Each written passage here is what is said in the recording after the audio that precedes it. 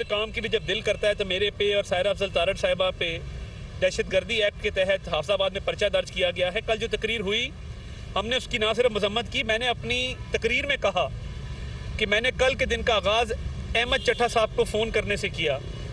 और सियासी मुखालफत अपनी जगह पे, हम बंदूकों गोलियों वाले लोग नहीं हैं, हम सियासी मैदान में लड़ने वाले लोग हैं। मैंने अहमद चट्टा साहब को कहा कि अल्लाह ताला आपको सलामत रखे, बड़ा ही दुख है कि आपको गोली लगी है और आपके लिए नेक तमन्नाएं हैं, आपके लिए दुआएं हैं कि आप दोबारा से सेहतयाब हों और हम आपका सियासी मैदान में मुकाबला करें जहां आपसे मुकाबला करना बनता है, ना हम दुश्मनियों वाले लोग हैं। तो मैं तो कल दिन का आगाज़ अहमद चट्टा साहब को फ़ोन कॉल से किया था और ये रात जो पर्चा दिया गया है, ये पहली दफ़ा हमारे पे कोई नाहक पर्चा नहीं दिया गया। शौक पूरा कर लें, यानी वज़ीराबाद वाक़े का पर्चा दर्ज नहीं हुआ, अता तारड़ और सायरा तारड़ पे दहशतगर्दी का मुकदमा जो है वो उन्होंने बना दिया। मैं हैरान हूँ कि गोली लगती है, एक टांग में पट्टियाँ दोनों टांगों पे बांधी हुई हैं और ये कौन सी गोली थी कि आप दोनों टांगों पे प्लस्तर किए हुए लाहौर पहुँच गए। यहाँ पे अक्सर अमन अमान ख़राब होते हैं, किसी को गोली लगे तो मकामी THQ DHQ में ले जाया जाता है, नज़दीक तरीन अस्पताल में ले जाया जाता है। ये कौन सी गोली थी कि 3 घंटे का सफ़र तय करके अपनी मलकियत अपने अस्पताल में वहाँ पे जाके मेडिकल रिपोर्ट जो है वो मुरतब की गई है। इसको मुतनाज़ा मत बनाएं। एक हमला हुआ है, एक शख्स ने एक मकरू हरकत की है मजहबी मुनाफरत के तहत, उसको करार वाकई सज़ा मिलनी चाहिए। सिर्फ मकसद ये है फ़ौज को बदनाम करना। एक बावर्दी अफसर का नाम मैंने इसमें डालना है, मेरी अना है, मेरी ज़िद है, यानी आपकी ज़िद के पीछे ये मामलात नहीं चलेंगे। हक़ाइक़ को देखा जाएगा। और वो जो मौज़म गोंदल नामी आदमी शहीद हुआ है, आप देख सकते हैं वीडियो के अंदर कि जब गोली मारने वाला शख्स वो भाग रहा है गली की तरफ, मौज़म गोंदल उसके पीछे गिरा है। ये तो नहीं हो सकता कि वो फायरिंग आगे कर रहा था और गोली पीछे लग गई। खदशा है, हमें ये शक है कि मौज़म गोंदल को जो गोली लगी है वो या तो इमरान खान साहब की गार्ड ने मारी है या उस मार्च में मौजूद इमरान खान साहब के किसी हामी ने मारी है। ये हो नहीं सकता। उस वीडियो में देखा जा सकता है कि जो हमलावर है वो भाग रहा है और मौज़म गोंदल पीछे गिरा है। तो ये बड़ा अफसोसनाक है कि इस वाक़े पर भी सियासत की जा रही है, इस वाक़े को भी मुतनाज़ा बनाया जा रहा है। अब तक पर्चा ना दर्ज करना एक गैर कानूनी फेल है। पर्चा दर्ज हो जाना चाहिए था और जिस शख्स ने इतराफ़े जुर्म किया उसके खिलाफ हो जाना चाहिए था, मगर ज़िद है कि हमने पाक फ़ौज का नाम इसमें डालना है, हमने एक सिटिंग मेजर जनरल का नाम डालना है। क्यों भाई? आपने जब दोनों पट्टियाँ की, आपको फर्स्ट एड जब दिया गया है तो ये मुमकिन था कि जिस्म में गोली हो और आप सफ़र करके लाहौर चले जाएँ।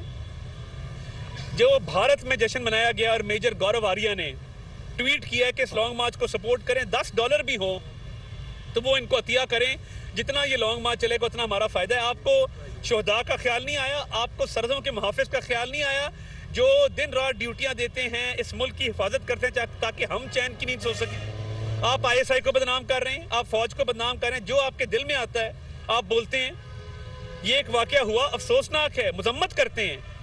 हमने तो कहा है कि सुप्रीम कोर्ट के फुल कोर्ट की तहकीकात होनी चाहिए। आप इंटरनेशनली तहकीकात करवाना चाहते हैं, ज़रूर करवाएं, इस मामले की शफाफ तहकीकात हों, मगर ज़िद के वज़ीर आज़म पे पर्चा दें, वज़ीर दाखिला पे पर्चा दें, फ़ौजी जर्नैल पे पर्चा दें। तो पर्चा तो परवेज़ इलाही पे बनता है जिसकी पंजाब हुकूमत आपको तहफ़्फ़ुज़ फराहम करने में नाकाम रही है। क्या परवेज़ इलाही साहब की पंजाब हुकूमत इस हवाले से अलर्ट नहीं थी कि पहले एक सहाफ़ी की डेथ हुई है, इस बच्चे समीर भट्टी की डेथ हुई है, लोग ये खूनी मार्च दिन ब दिन इसमें शिद्दत आ रही है, तो क्या सिक्योरिटी के इंतजाम नहीं किए गए थे? क्या हिफाजती इक़दाम नहीं किए गए थे?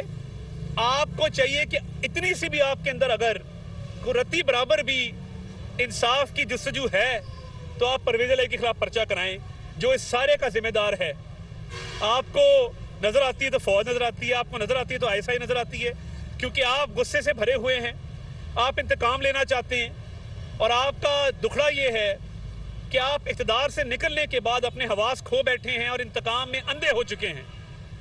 आपका इक़्तिदार इसलिए गया क्योंकि आप पॉलिटिकल मैनेजमेंट में नाकाम रहे।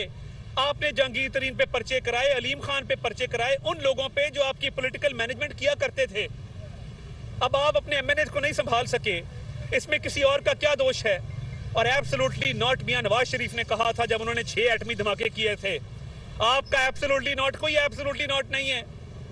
दिन में एब्सोल्युटली नॉट है और शाम को जाके आप लॉबिंग करते हैं अमेरिकन फर्मों के साथ। आपको शर्म भी नहीं आती कि आप कौम के जहनों को आपने जहर आलूद कर दिया, झूठ बोल बोल के, मकारी कर करके, फरेब कर करके। अब ये नहीं चलेगा, कोई पर्चा ना वजीर आजम पे होगा, ना वजीर दाखिला पे होगा, ना किसी फौजी अफसर पे होगा। पर्चा कटाना है अपनी सिक्योरिटी के खिलाफ कटाएं, पर्चा कटाना है परवेज इलाही के खिलाफ कटाएं। झूठ की कोई हद होती है। एक वाकया हो गया, अफसोसनाक है, काबिल मजम्मत है, मगर पट्टियां बांध के वही जो परवेज इलाही ने किया था कि पायोडीन छिड़की और टूटी हुई हड्डियां जुड़ गई रातों रात। आप भी वही ड्रामा कर रहे हैं, पट्टियां बांध के लेट जाते हैं और मगरमच्छ के आंसू बहाते हैं। तो इसकी शफाफ तहकीकात हों, हाईएस्ट लेवल पे तहकीकात हों, और ये जो खून बहा है इनके भी को आगे आंसू पहुंचे। और मैं ये दावे से नहीं कहता, मगर मुझे शक है कि मौजम गोंदल नामी आदमी का जो कत्ल हुआ है वो आपके गार्ड की फायरिंग से हुआ है। सीसीटीवी फुटेज की एग्जामिनेशन होनी चाहिए, फोरेंसिक होना चाहिए, और इस वाक़े को मुतनाज़ा करके इस पर सियासत मत खेलें।